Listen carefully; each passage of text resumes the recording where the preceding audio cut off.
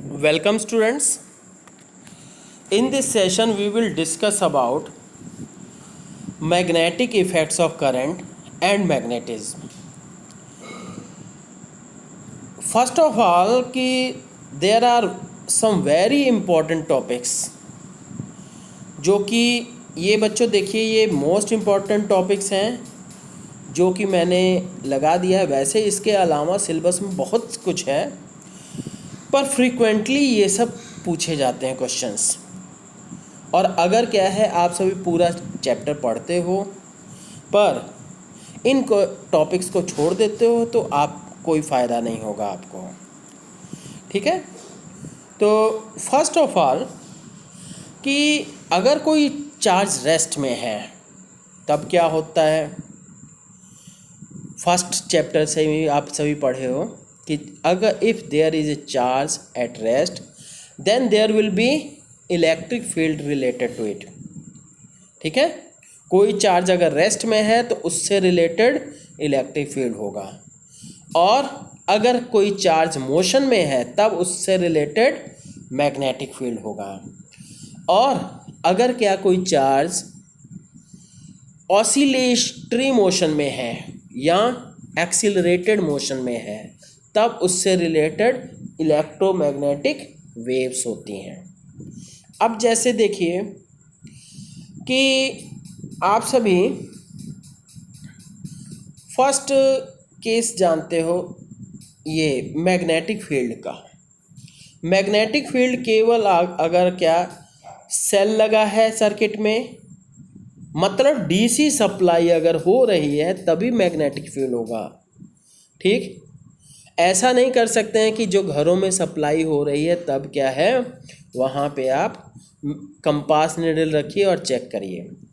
अब यहाँ पे क्या इलेक्ट्रोमैग्नेटिक वेव्स आप सभी ऑब्जर्व किए होंगे कि अगर लाइट चली जाती है और घर में रेडियो चल रहा है आपके, अगर लाइट जाती है तब रेडियो की आवाज़ में कुछ ना कुछ चेंज आता है, और अचानक लाइट आती है तब भी रेडियो की आवाज़ में कुछ ना कुछ चेंज होता है। That is due to electromagnetic waves, क्योंकि रेडियो भी इलेक्ट्रोमैग्नेटिक वेव्स से चलता है और जो एसी सप्लाई है वो भी इलेक्ट्रोमैग्नेटिक वेव्स क्रिएट करते हैं। तो बच्चों ये सोचिएगा आप कि क्या ये एसी सप्लाई की कोई वायर है, उसके अगल बगल आप कंपास निडल रखेंगे तो क्या डिफ्लेक्शन आएगा, डिफ्लेक्शन शो होगा कि नहीं, ये सोचिएगा। ठीक है, तो अब ये है नेक्स्ट हम बात करते हैं कि सबसे पहले ऑर्स्टेड ने ये इस मैग्नेटिक इफेक्ट्स ऑफ करंट के बारे में बताया था, ऑर्स्टेड। ठीक है, तो अब ये है ऑर्स्टेड ने क्या किया, बहुत सारी ऑब्जर्वेशंस ली पर उसने क्या है एक सिंपल सर्किट बनाया और उस सर्किट में एक रेजिस्टेंस लगा दिया या की लगा दी। फिर उसके बाद क्या है जैसे ये अरेंजमेंट हमने टेबल पे कर दिया। ठीक, और दो पॉइंट्स ले लिए P1 और P2, ये P1 और P2, और दोनों पे कंपास नीडल रख दी। तो अब ऐसी सिचुएशन में क्या होगा कि अगर की को क्लोज करते हैं, इस की को क्लोज किया जाएगा तब आप देखिएगा कि दोनों कंपास नीडल्स में ये डिफ्लेक्शन आता है, पर ये डिफ्लेक्शन केवल तभी तक रहता है जब तक कि ये की को क्लोज करते हैं। अगर की को ओपन कर देंगे फिर से डिफ्लेक्शन गायब हो जाएगा। यही सब इसकी क्या ये ऑब्जर्वेशंस थी। इसके अलावा अगर हमें इस सर्किट में करंट को बढ़ाना होगा या घटाना होगा तो उसके लिए क्या करना होगा, करंट को चेंज करने के लिए यहाँ पे हम क्या है इसके अंदर एक रियोस्टेट लगा देंगे। रियोस्टेट का सिंबल बच्चों आपको सभी को मालूम होगा, ये रियोस्टेट लगा दिया जाता है, और रियोस्टेट आप सभी फिजिक्स लैब में भी देखे होंगे। ठीक, तो रियोस्टेट से हम सभी क्या है ये चेंज कर सकते हैं करंट को। और करंट अगर घटाया जाता है तो डिफ्लेक्शन घटेगा, और करंट अगर बढ़ाया जाएगा तो डिफ्लेक्शन बढ़ेगा। ठीक है, तो अब ये है कि हाँ, अब इसकी इस करंट की डायरेक्शन, सॉरी, इस मैग्नेटिक फील्ड प्रोड्यूस हुआ ना, किसके कारण से? करंट कैरिंग वायर के अंदर करंट पास कराने से मैग्नेटिक फील्ड हुआ। तो उस मैग्नेटिक फील्ड की डायरेक्शन को हम डिटरमिन करने के लिए कौन सा ये रूल यूज़ करते हैं? Right hand rule. बच्चों ये ध्यान रखिएगा, फ्लेमिंग्स नहीं, केवल right hand thumb rule use करते हैं। राइट हैंड थंब रूल में क्या करना है? कौन सा राइट हैंड है जिससे आप लिख रहे हैं? राइट हैंड स्टूडेंट्स के लिए, लेफ्ट हैंड के लिए नहीं। राइट हैंड से में अगर आप क्या है, कंडक्टर को, मतलब करंट कैरिंग वायर अगर मान लेते हैं कि आपके हाथ में है, राइट हैंड में है, और थंब अगर वायर के अलोंग है, तो कर्ल ऑफ फिंगर्स, जो उंगलियों का मोड़ रहेगा, that will show the direction of magnetic field. ठीक है, तो ये डायरेक्शन ऑफ मैग्नेटिक फील्ड बताएगा।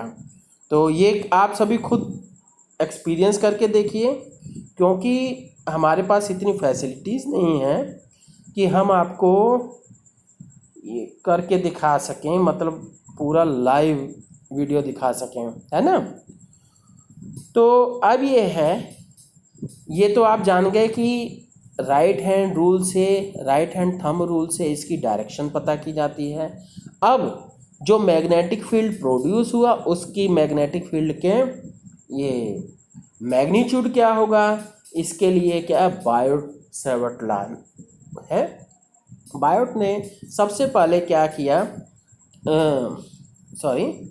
बायोट ने क्या बताया कि अगर क्या कोई ये वायर है, this is a current, let us consider this is a current carrying wire. अब इसमें क्या है, ये कोई एलिमेंट हम मान लेते हैं, ये DL है, this is the element DL, and this is the point at which you have to find out the magnetic field. Point P जो है आपका मैग्नेटिक, ये ऐसा पॉइंट है जहाँ पे आपको मैग्नेटिक फील्ड निकालना है, और ये वायर है। ठीक है, ये वायर है, और ये पॉइंट P है जो जहाँ पे आपको मैग्नेटिक फील्ड निकालना है। इसके लिए पोजीशन वेक्टर जो है ये R हो गया, this is the R position vector.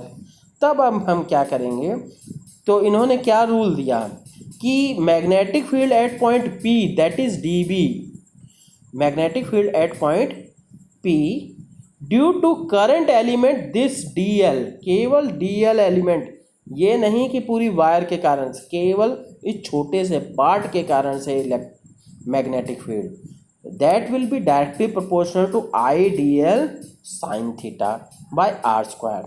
तो अब क्या है कि यहाँ पे प्रोपोर्शनल का साइन है, तो प्रोपोर्शनल का साइन अगर हटाएंगे तो यहाँ पे क्या, प्रोपोर्शनल का साइन अगर हटाएंगे तो यहाँ पे क्या वो लगेगा,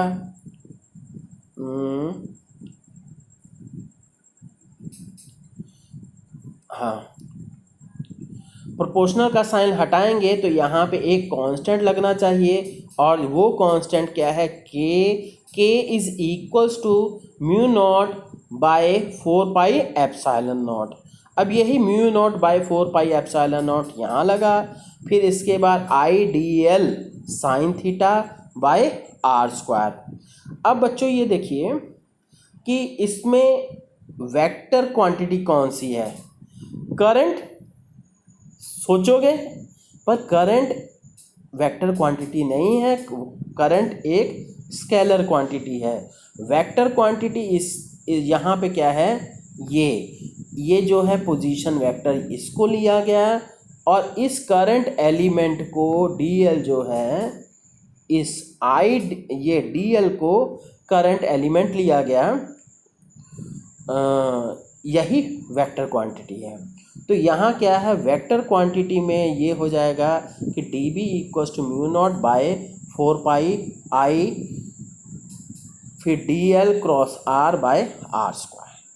ठीक है स्टूडेंट्स, ये मुझे लगता है कि ये वीडियो अब काफ़ी लंबी हो जाएगी, क्योंकि इसके बाद अब नेक्स्ट एक डेरिवेशन है, तो यहीं पे हम फिनिश कर रहे हैं नेक्स्ट वीडियो से। ठीक है स्टूडेंट्स, और ये है, आप सभी अपना रिस्पांस ज़रूर बताया कीजिए कि हाँ सर अच्छा लगा, ख़राब लगा, कि क्या सुधार किया जा सकता है कि नहीं किया जा सकता। ठीक है, थैंक यू।